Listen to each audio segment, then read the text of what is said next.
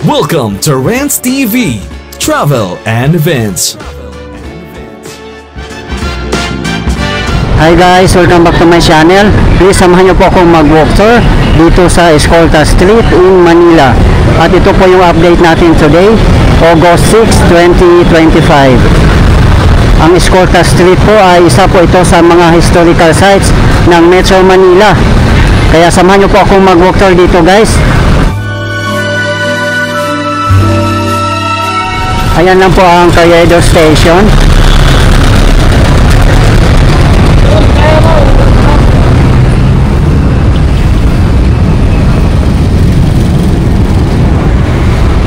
Ayan po sa tapat natin na building ay Don Roman Santos Building, built in 1894, expanded in 1957. Ganun na po kaluma yung building na yan guys. Ayan po ay neoclassical architecture at napakaganda po talaga niya. Sana po ma-restore po ito.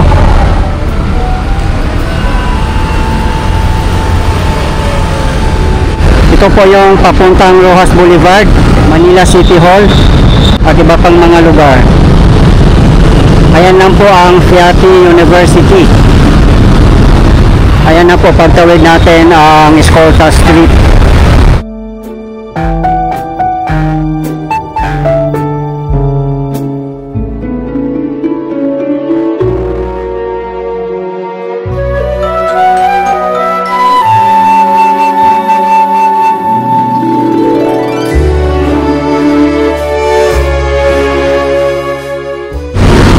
Yan na po sa tapat natin ang Escolta Street. Katapat lang po niya ang Santa Cruz Church.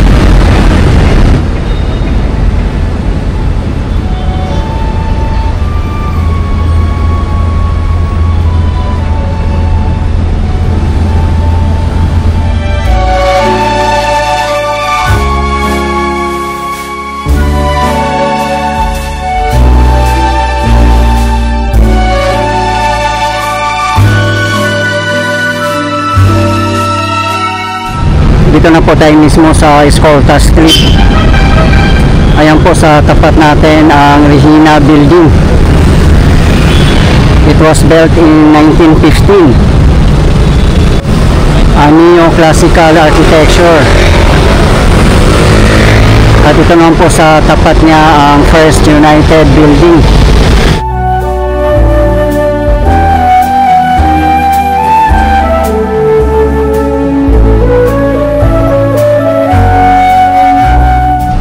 First United Building was designed by Andres P. Luna, the son of renowned painter Juan Luna, and was the tallest building in Manila when it was completed in 1928.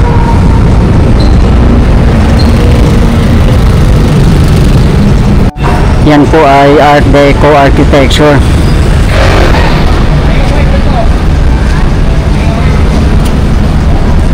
Yan na po ang Don Roman Santos Building. At yun po ang Santa Cruz Church.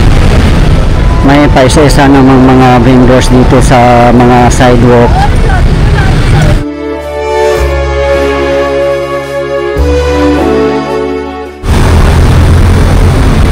Dito po tayo sa Banquero Street. Ito po yung kahabaan ng Banquero Street.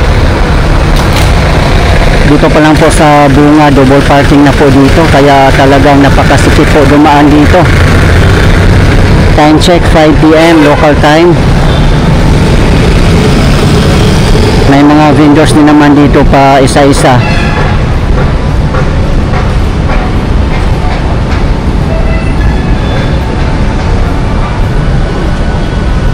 Ayan po ang First United Building na Art Deco architecture. Napakaganda po niya. Mabuti po ay operational pa po ang buong building.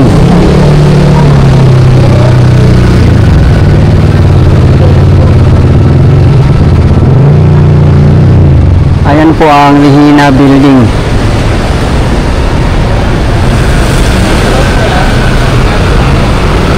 Fully operational pa naman po ang buong building as you can see.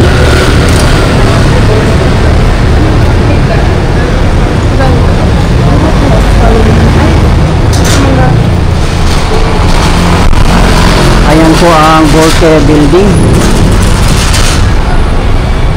Borke Building, first built in 1919. It survived World War II and has gone major remodeling since, named after cardiologist William J. Borke. The building is also known as the location of the first elevator in Manila. Magkatapat lang po sila ng First United Building.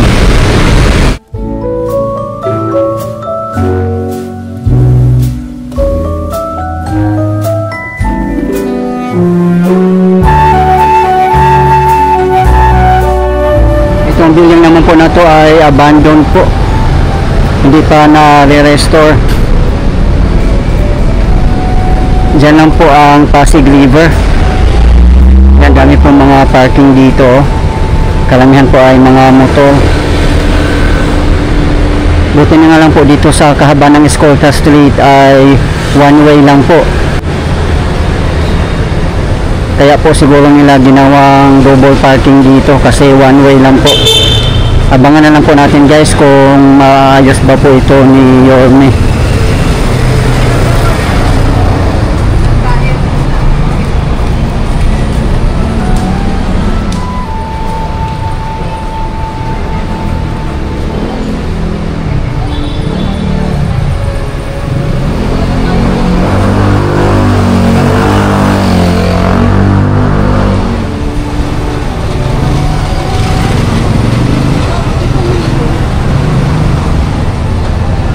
Ayan po ang Natividad Building.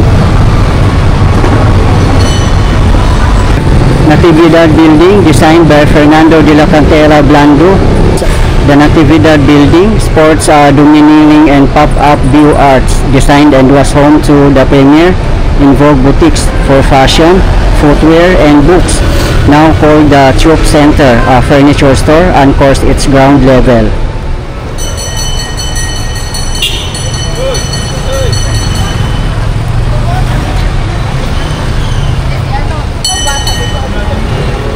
Malinis naman po ang Escolta Street, yun nga lang po talagang masikip po dito.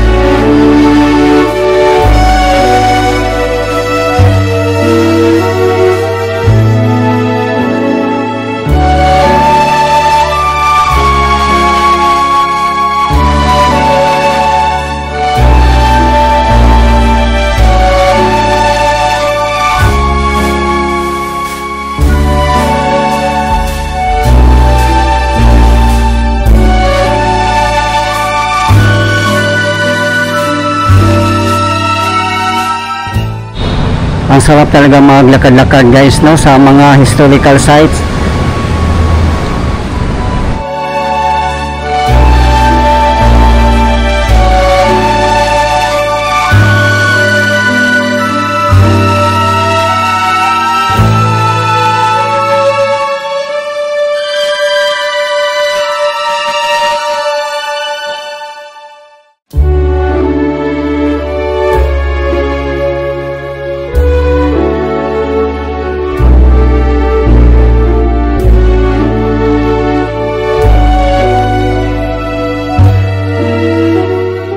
Ayan naman po ang Calvo Building. Calvo Building. The Calvo Building was designed by Fernando H. Ocampo in 1938. once home to posh soda fountains and tenants such as the Philippine Bank of Commerce, Araneta and Company, and most prominently, the GMA Networks, ECWB AM radio broadcast. The building now houses the Art District Gallery, a modern exhibition space, and the Escolta Museum, which seeks to preserve Escolta's storied past.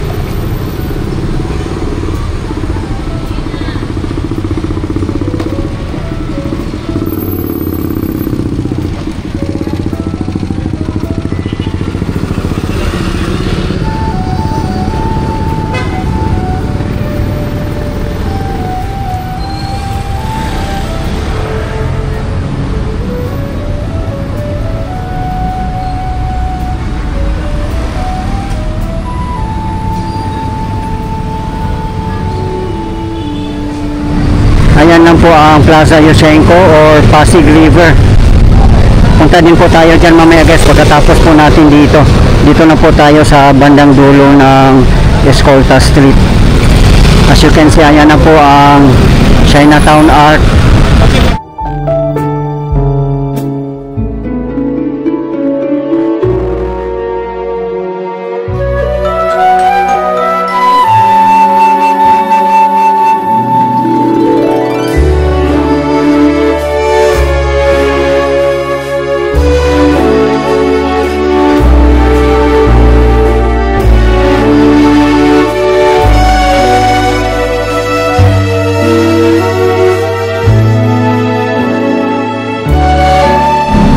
Commercial Bank and Trust Company Building, a start from Trust Fund Escolta's other buildings.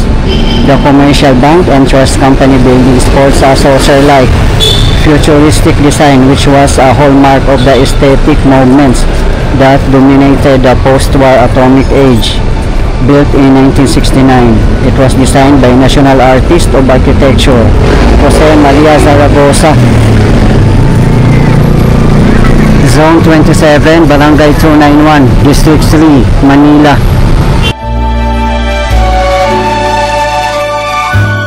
Dito na po tayo guys sa dulo ng Escolta Street. Ayan po ang Chinatown Arc.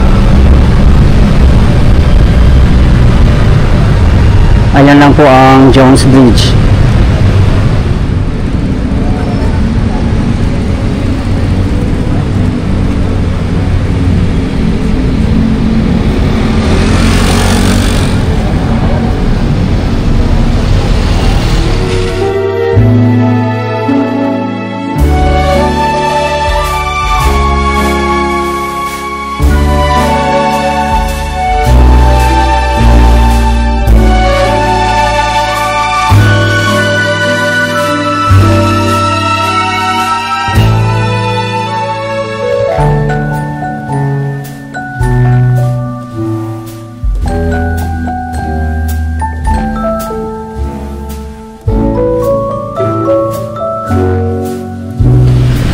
Tara guys, punta po tayo sa Plaza Yochenko para makita nyo rin po kung gaano siya kaganda.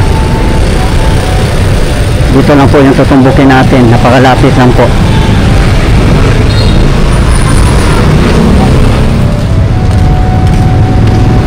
Ayan lang po ang Plaza Yochenko. Diyan na po tayo galing sa Escolta Street.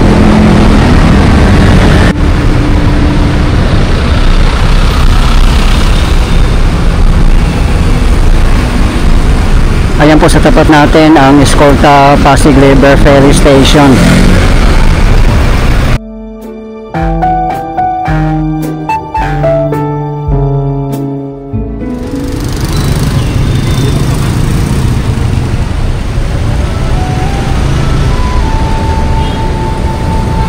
Ito po yung kahabaan ng Muelle del Banco Nacional.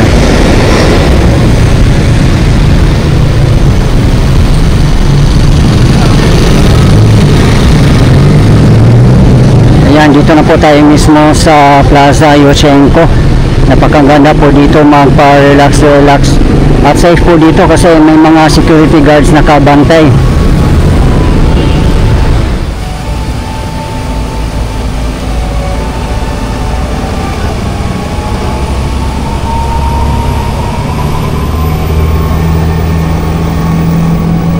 Ayan po sa tapat natin ang Pasig River Esplanade Phase 1. As you can see, ayan po ang post office building. Sa mga hindi po nakakaalam, ang Pasig River Esplanade Phase 1 ay sa likod lang po ng post office building sa Loton in Manila. Ayan lang po ang Jones Bridge.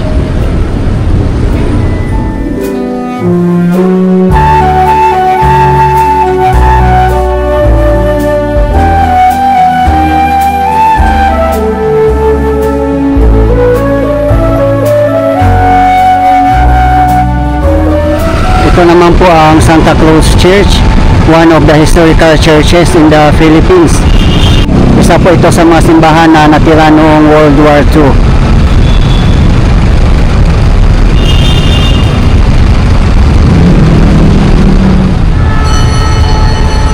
Pasok po muna tayo saglit guys.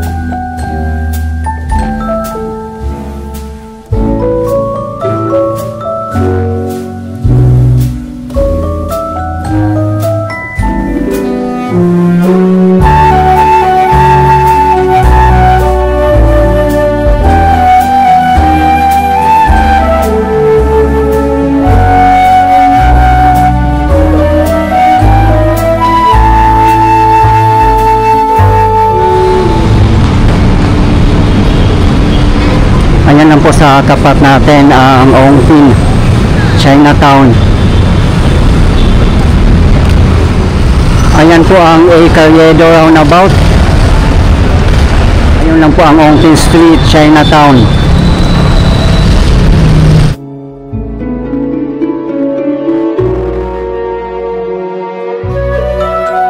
Doon na po na side ang Escolta Street. Guys, ito po yung latest update natin ngayon dito sa Escolta Street in Manila. As of today, August 6, 2025. Maraming salamat po sa patuloy ng support at panonood ng aking mga videos. I really appreciate po.